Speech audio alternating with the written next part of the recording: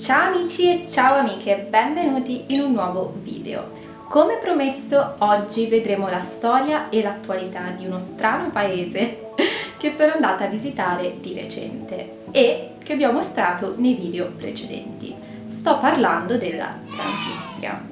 Prima di parlare dell'attualità di questo paese, cosa che penso possa interessare a più persone dato il periodo storico che stiamo vivendo e le situazioni che lo caratterizzano, vorrei fare un brevissimissimo riassunto di quella che è stata la storia di questo paese, in quanto penso sia essenziale per comprendere tutte le dinamiche che sono in atto adesso. Prima ancora di questo però dobbiamo definire che cos'è la Transnistria e non è così semplice. Allora, la Transnistria è una repubblica separatista della Moldavia, situata nell'estremo est del paese al confine con l'Ucraina. De facto è uno Stato con un suo presidente, un suo Parlamento, una sua bandiera, un suo esercito, insomma è uno Stato a tutti gli effetti, ma de iure appartiene alla Moldavia e la sua esistenza non è riconosciuta da nessuno Stato, se non altri due Stati che a loro volta non sono riconosciuti da nessuno, ovvero l'Ossetia del Sud e l'Abkhazia, e a suo tempo, fino a poco tempo fa, quando esisteva, il Nagorno-Karabakh. Nel corso dei secoli, la regione della Transnistria è stata abitata da diverse popolazioni, come ad esempio i Daci, i Geti, tribù slave, nomadi turchi, insomma, subì lo stesso destino di diversi paesi a lei vicini, come ad esempio l'odierna Romania. Inoltre subì anche il dominio di diversi imperi, come ad esempio la Rus di Kiev, il Granducato di Lituania, l'impero ottomano nel XV secolo, l'impero russo nel XVIII secolo, fino ad arrivare a inizio Novecento, quando il territorio della Transnistria divenne parte del direttorato di Kiev. Quando poco tempo dopo ci fu la nascita della Repubblica Socialista Sovietica di Ucraina, il territorio della Transnistria rimase parte di quest'ultima, quindi della Repubblica Socialista Sovietica di Ucraina, e prese il nome di Repubblica Autonoma Moldava e comprendeva il territorio della Transnistria più alcuni territori che sono ancora oggi appartenenti all'Ucraina. E ricordatevi però che la Repubblica Socialista Sovietica di Moldavia, ok, quindi la Moldavia sovietica, doveva ancora nascere, doveva ancora essere formata. Quindi noi qua stiamo parlando di un'altra entità, stiamo parlando della Repubblica Autonoma Moldava, che faceva parte della Repubblica Socialista Sovietica di Ucraina. La nascita della Repubblica Socialista Sovietica di Moldavia ce l'abbiamo solo nel 1940, dopo che l'Unione Sovietica è riuscita a conquistare alcuni territori che erano della Romania e grazie al patto Molotov-Ribbentrop è riuscita a sottrarre i territori della Bucovia e della Bessarabia alla Romania. Con la nascita di questo nuovo Stato, quindi la Repubblica Socialista Sovietica di Moldavia, l'Unione Sovietica decide di annettere parte dei territori della Repubblica Autonoma Moldava alla neonata Repubblica Socialista Sovietica di Moldavia. Quali territori? Quelli della Transnistria, mentre i territori che facevano parte del territorio ucraino rimangono a far parte della Repubblica Socialista Sovietica di Ucraina. So che questo discorso è un po' contorto, ma cercate di starmi dietro. Negli anni del dopoguerra, quindi anche gli anni seguenti alla formazione della neonata Repubblica Socialista Sovietica di Moldavia, tutto il territorio dell'Unione Sovietica fu soggetto a un'intensa industrializzazione. Questa industrializzazione nel territorio della Repubblica Sovietica di Moldavia non fu portato avanti in tutto il territorio della Moldavia, bensì quasi esclusivamente in quello della Transnistria. Tanto che, secondo le statistiche, a inizio anni 90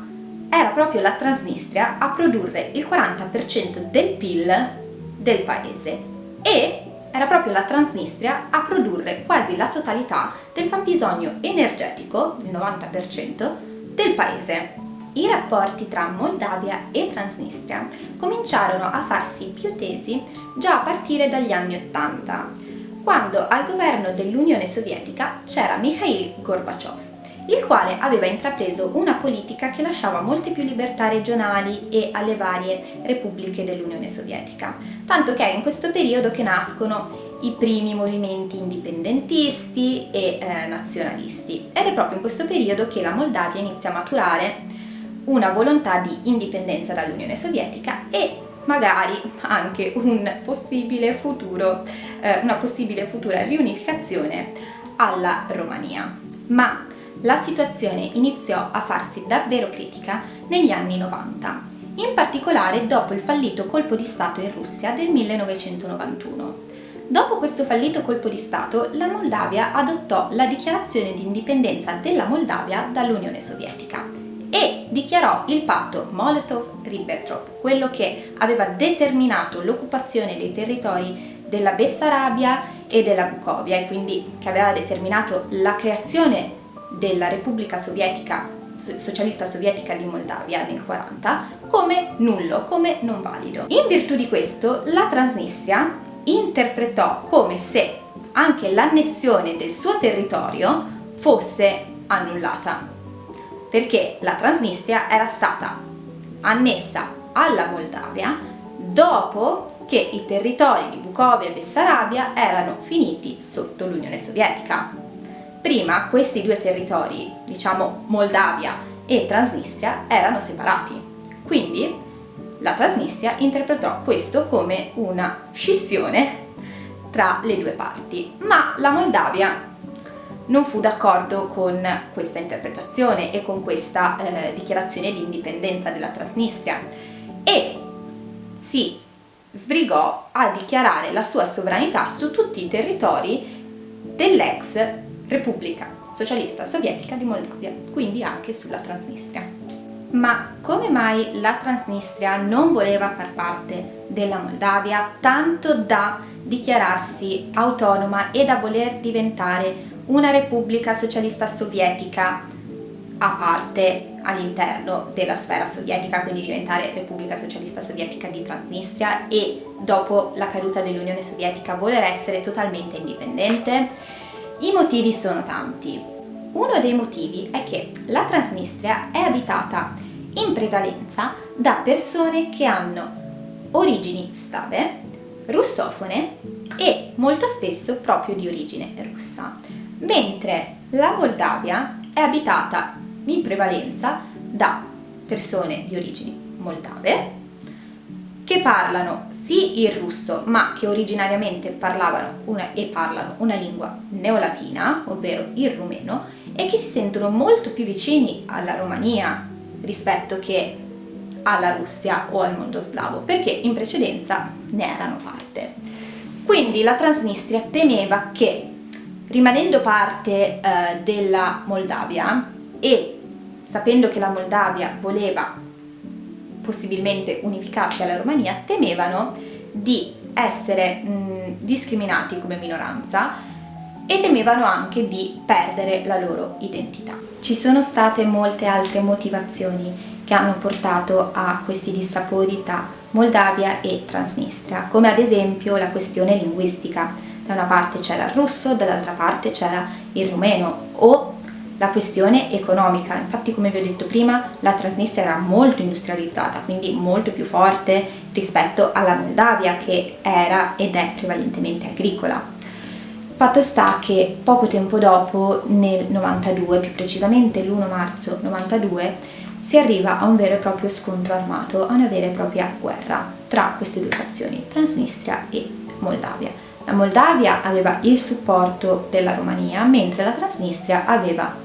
diciamo, il supporto di volontari ucraini e russi e in seguito anche della 14ª armata russa, che aveva ed ha tuttora sede a Tiraspol. Per quanto questa guerra sia stata relativamente breve, ovvero dal 1 marzo al 21 luglio del 92, quando le due parti sono giunte a un accordo, Essa ha lasciato davvero tantissimi segni, soprattutto per quanto riguarda la Transnistria. E due tra i tanti, ma due eventi che sono particolarmente sentiti dal popolo transnistriano, che vengono ricordati e che segnano tuttora i rapporti tra le due parti, tra Transnistria e Moldavia, sono ciò che è accaduto nel giugno del 92 a Bender, quando le truppe, l'artiglieria moldava ha attaccato per l'appunto la città di Bender, che è la seconda città più grande della Transnistria, proprio al confine con la Moldavia, e ha attaccato civili, edifici civili, uccidendo tantissime persone innocenti. E il secondo evento invece è successo proprio la sera del giorno in cui le due parti erano giunte a un accordo, quindi il 21 luglio, quando l'artiglieria moldava ha attaccato un villaggio non tanto distante da Bender, uccidendo anche qui molte persone civili. E questi due eventi sono molto sentiti in Transnistria, sono fortemente ricordati, le persone sono molto ancora legate a quanto è successo negli anni 90 e, come ho detto poco fa, ciò segna anche i rapporti, condiziona i rapporti di oggi tra i due paesi. Lo scontro armato tra le due fazioni è finito definitivamente il 21 luglio del 92, ma ancora adesso c'è una sorta di, diciamo, guerra fredda tra le due parti, non si è mai giunti a una situazione di totale tranquillità, tanto che tra Transnistria e Moldavia, dopo l'accordo del 92, è stata istituita una zona, diciamo un cuscinetto, una zona di sicurezza, dove sono presenti soldati moldavi, soldati transnistriani e soldati russi, perché la Russia, da quando ha appoggiato la Transnistria nella guerra con la Moldavia, non ha più lasciato il territorio, è rimasta lì con la 14ª armata che, come vi ho detto in precedenza, ha sede a Tiraspol. Benché si sia giunti alla fine degli scontri, sia stata creata questa zona di sicurezza che è supervisionata da una commissione congiunta di controllo, la Transnistria non ha mai ottenuto la piena indipendenza, nonostante sia uno stato de facto. Tant'è che nel 2003 l'Unione Europea e gli Stati Uniti hanno imposto anche delle sanzioni a questo paese, alla Transnistria. E nel 2006, il 7 settembre 2006, quando in Transnistria si è tenuto un referendum per l'indipendenza della Transnistria dalla Moldavia e per una possibile annessione della Transnistria alla Federazione Russa, il Parlamento Europeo ha dichiarato nullo, non ha riconosciuto tale referendum. Scusate se l'inquadratura forse è un po' cambiata, ma si era spenta la telecamera. Fa niente, non importa. Comunque stavo dicendo che per quanto riguarda la situazione della Transnistria negli ultimi anni, ho deciso, mentre registravo, che farò un video a parte, appunto dedicato all'attualità, perché questo video sta diventando abbastanza lungo e dato che si tratta anche di argomenti un po' complicati, un po' pesantucci, insomma non proprio rilassanti, ho deciso che è meglio fare un'altra parte. Comunque vi accenno qualcosa. La situazione in Transnistria prima della guerra in Ucraina non è che fosse molto diversa rispetto a quella del 2006 dopo il referendum, nel senso che la Transnistria ovviamente non è stata annessa alla Russia, non è stata riconosciuta da nessuno Stato e i rapporti tra Transnistria e Moldavia sono sempre più o meno gli stessi, sempre un po' di tensione sia da una parte che dall'altra. Per quanto riguarda invece il ruolo della Transnistria nel conflitto in Ucraina, ne parleremo nel prossimo video. Intanto però nulla amici, la macchinetta oggi non vuole stare con noi, si è spenta un'altra volta, quindi terminerò il video velocemente prima che ci abbandoni di nuovo. Allora, stavo dicendo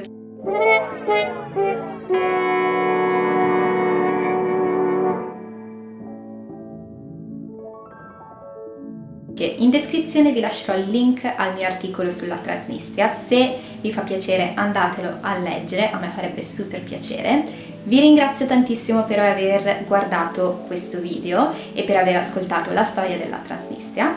e ci vediamo al prossimo, che sarà dedicato all'attualità di questo paese e aiuto, anch'io non so più parlare, vi sto abbandonando, e al suo ruolo nel conflitto in Ucraina. Quindi nulla, vi ringrazio tantissimo, vi mando un bacio e ciao!